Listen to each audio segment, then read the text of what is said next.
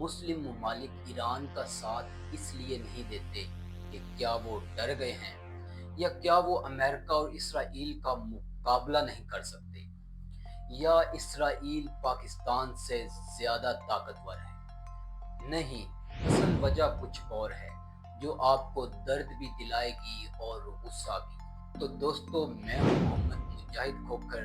اس پہ مزید بات کرنے سے پہلے چینل کو ابھی سبسکرائب کر کے بیل آئیکن کو پریس کر دیں تاکہ آپ کو بہترین نالج ملتا رہے۔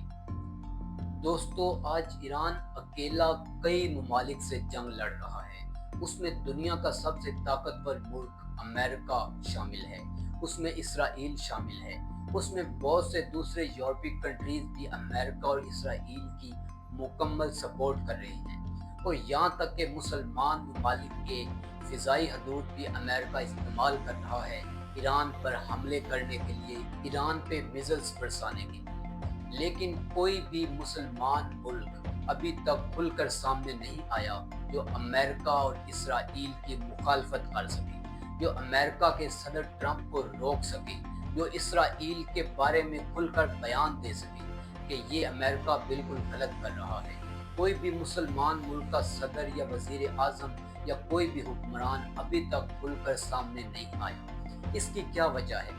کیا آپ سمجھتے ہیں کہ مسلمان اتنے زیادہ کمزور ہیں کہ وہ ان ممالک کا سامنا نہیں کر سکتے؟ کیا مسلمانوں کے حکمران یہ سمجھتے ہیں کہ امریکہ اور اسرائیل کی اگر یہ مخالفت کریں گے تو امریکہ اور اسرائیل انہیں نیست و نابود کر دیں گے؟ نہیں، بہت سے مسلمان ممالک کے حکمرانوں کو یہ ڈر بالکل نہیں ہے کہ امریکہ یا اسرائیل ان کے ملک کو تباہ کر دیں گے، بلکہ اصل جو ڈر ہے وہ یہ ہے کہ ان کی کرسی چلی جائے گی، کیونکہ ہر مسلمان ملک ایران کی طرح بہادر اور مضبوط نہیں ہے کہ وہاں پر امریکہ اتنی آسانی سے مداخلت کر کے ریجیم چینج نہ کر سکے۔ تو دوستو، ہمارے حکمرانوں کو سب سے زیادہ ڈر اسی بات کا ہے کہ وہ ڈرتے ہیں کہ ہماری کرسی چلی جائے گی، ہماری جگہ کوئی اور بندہ آ جائے گا۔ تو دوستو، یہ وجہ کیوں ہے؟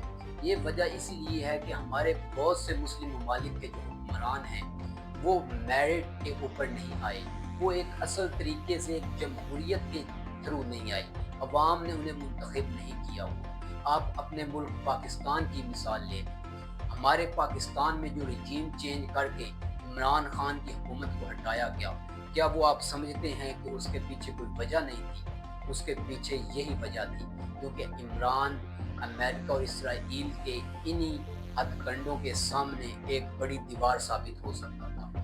تو اسی لیے عمران خان کو ہٹا کر ایک ایسا رجیم مسلط کیا گیا جو نہ تو عوام کے ووٹوں سے آیا ہے اور نہ ہی عوام کی مرضی سے آیا ہے۔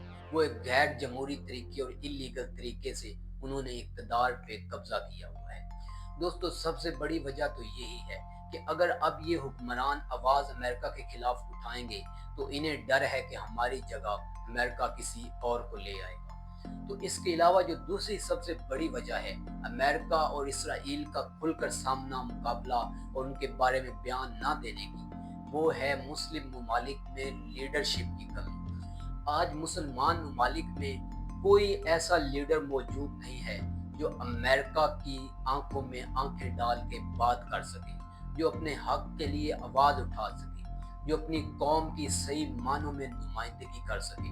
ایران وہ واحد ملک تھا جس کا صدر آیت اللہ خامنائی ایک کھل کر آواز اٹھاتا تھا امریکہ کے سامنے، اسرائیل کے سامنے، ان کے سامنے جھکتا نہیں تھا، ان کی مانتا نہیں تھا، اور اپنی عوام اور ایران اور اسلام کے مفاد کے تحفظ کے لیے ہمیشہ کھڑا رہتا تھا۔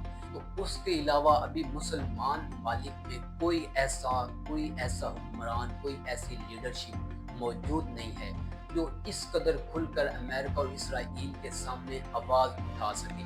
پاکستان میں عمران خان تھا، وہ واحد لیڈر تھا جو اپنے حق کی بات کرتا تھا، جو اپنی عوام کے مفاد کی بات کرتا تھا، جو سب سے پہلے پاکستان کی عوام کا مفاد سامنے رکھتا تھا، لیکن اسے بھی قید کر دیا گیا۔